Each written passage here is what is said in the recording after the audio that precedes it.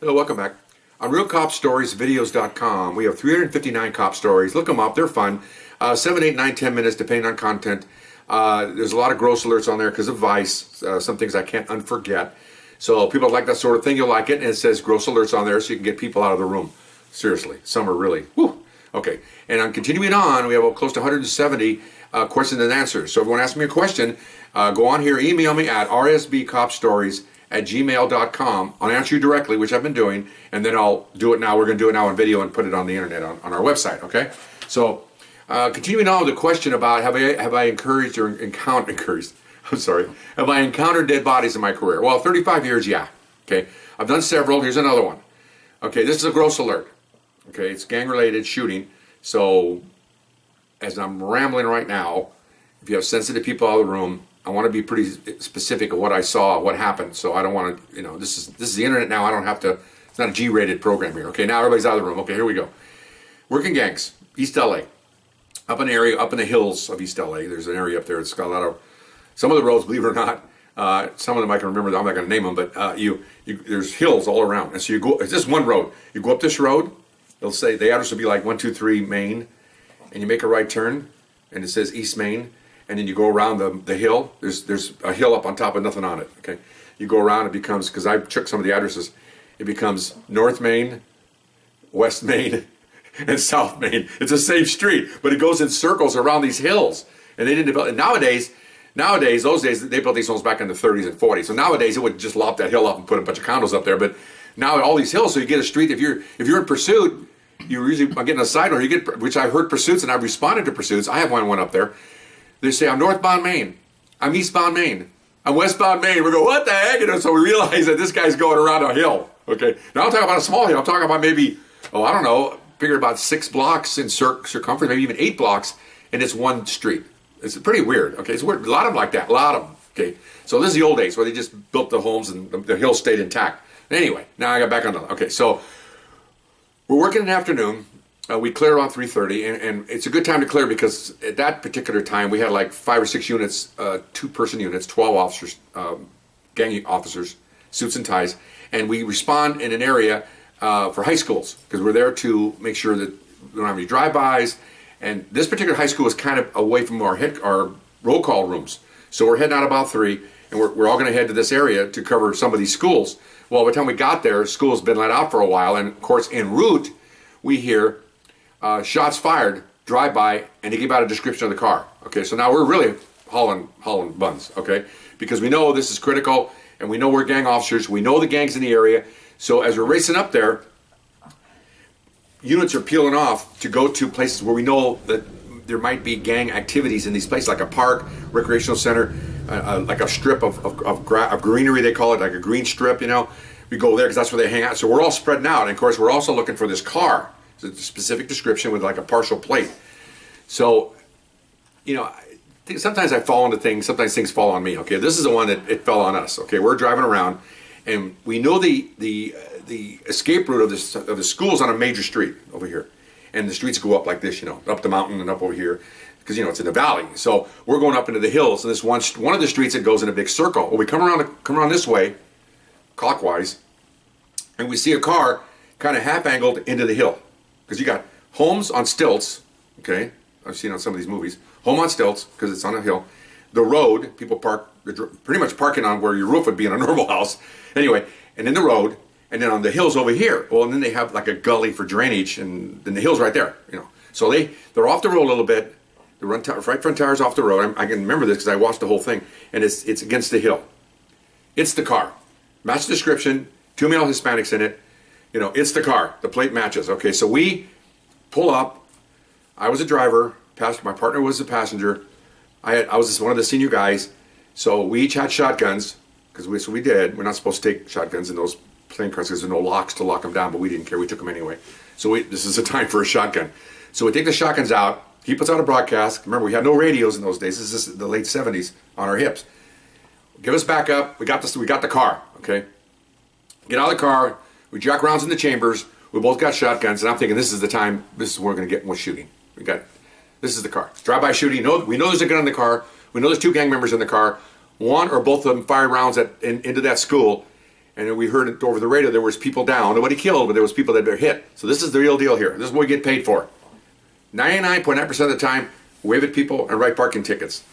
0.01% of the time is what you pay us to do, and we're doing this right now. No one else is going to do this. Okay, I don't want to sound dramatic, but all cops are this way. Okay, we're waiting and waiting. Okay, we can hear units broadcasting. Helicopter comes over. He's up there.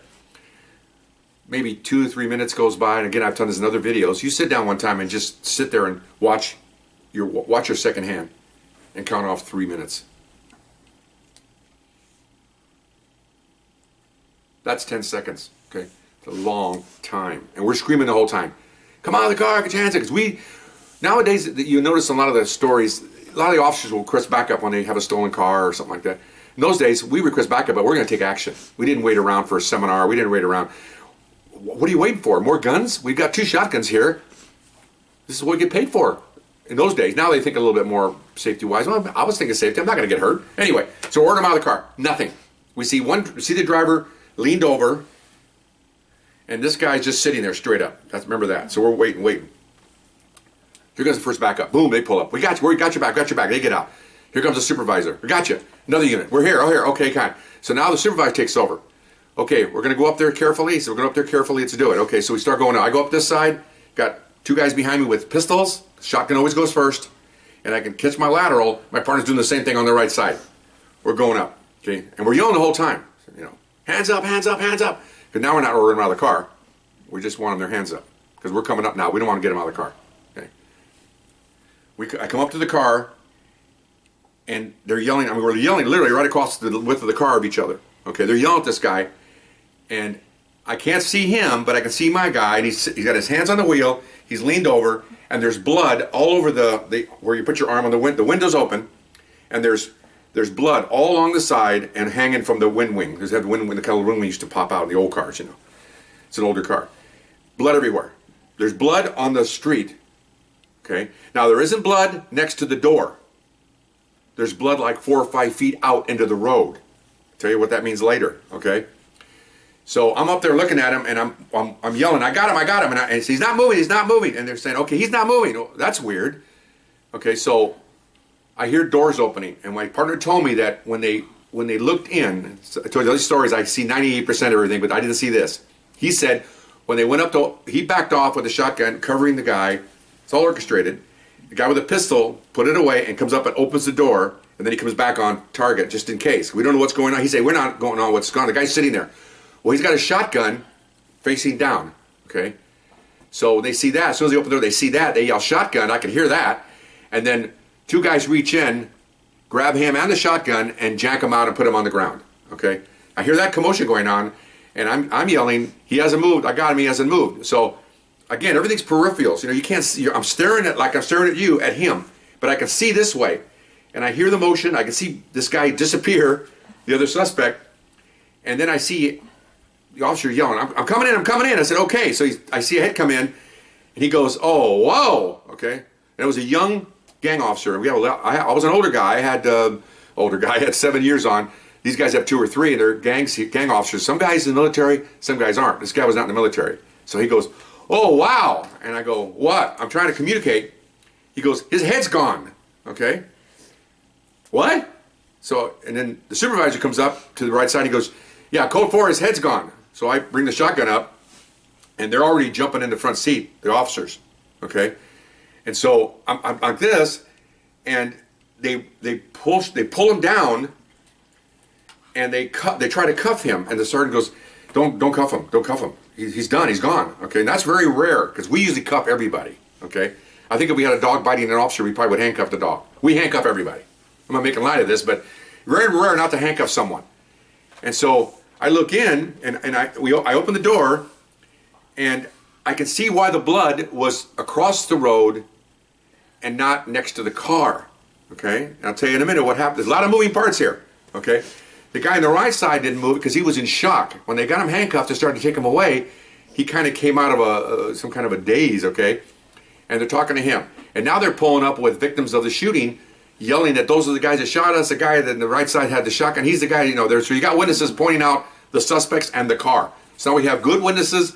We have what I call good victims. In other words, someone who did get shot and they're ready to testify against these guys. So we're good in that sense. Legal-wise, we're always good anyway. And so here's what happened. Because they finally interviewed this guy that did the shooting. He was a juvenile, 17. Guy's 17, the driver. Here's what happened. Because the homicide detectives came out there. But they ultimately left because it's not no one was dead. So the regular assault detectives responded from the division, and they interviewed this guy, because if there isn't a dead body or a serious injury, someone's going to die, homicide didn't get involved. They got too many homicides to worry about. So the other detectives will do this. So we found out later, here's what happened, along with all the other things we had to do. They did a drive-by. And here it comes, okay. They fired the shotgun a couple, 3 times. It's an old hunting one, pump action, pump action. And they left the scene. And apparently they went up the hills to hide from the police and to reload, okay. Well, something happened. These gang members are not, armorers. They don't know anything about weaponry. They're not even cops. They're nothing. They're just punks with guns killing people. The shotgun apparently jammed, and when they took the shotgun to an armorer or scientific investigation division, they found that it was jammed with a round in it. So the round didn't eject, so the whole slide was stuck, and he couldn't. He was trying to put a round in it. Okay, he did a drive by this way. He's the passenger. He said he turned the shotgun down here and trying to unjam it, and he got it unjammed, and he put it around in the. He said, I know what I was doing. I don't know how to shoot a shotgun. He's trying to get out of what he did. Okay, trying to clear it. He did clear it. He put it around the chamber, and as he came up to put it out the window, he fired it. Okay, he fired it in that direction. Hit his buddy right here, literally this far away from his head. Okay, so what was across the street was this driver's brain and is part of the skull, because when we finally rolled him back up, when they said get him back up, because it was gone. It was like, picture this much of my face, okay, right here, this part of it is gone. All he had was an eyeball, and incidentally, gross alert again, I'll come to it in a minute, half his face was gone all over the street. That's why there was no blood next to the door, because here's the door, here's the body, you fire away, and everything under here doesn't get the blood, it goes out. It sprays. Back to his head. When someone gets shot in the head, in the eyeball area, saw this in Vietnam, saw it on the job, the other eye usually pops out. Okay, they're just held in there by, I think, four muscles that surround the eye. So that's what happened here. Not only was half the skull gone, and incidentally, added bonus, part of the skull fragments were embedded in the headliner right by the window. Okay, the eyeball's hanging out. It almost didn't look real. It looks like something you would see at Not Scary Farm. Seriously, I'm not making light of it. It's just the way it was. Okay, and with blood everywhere. And so we rolled him down to cuff him. The blood came out, so now there's blood over the console, which we're trying to do what we can here. I mean, we're not experts in this stuff. We're just trying to see if we have to handcuff him. And so we sat him back up, and I don't know why. One of the guys did that. And of course, back on the other side, now I'm going to run out of time here. The guy that said, "Oh wow," that first saw him. He turned and winds up vomiting down by the curb, because he never seen anything like this before. He was a college graduate. He probably never got in a fight in his entire life, and all of a sudden he sees a guy with his head blown off. It was really strange. Me, I'm just, after that I could have a hamburger. I don't know, it didn't bother me at all. But, so that was kind of a dead body, gross caper there. And guys were arrested for assault, but nobody died. And in a city in California, they don't get anything but probation, maybe a year in jail, and that's it for attempted murder. I know, that's our wonderful government. But there's my dead body call, and very gross, and I hope you enjoyed the information on this one. See you next time. Bye-bye.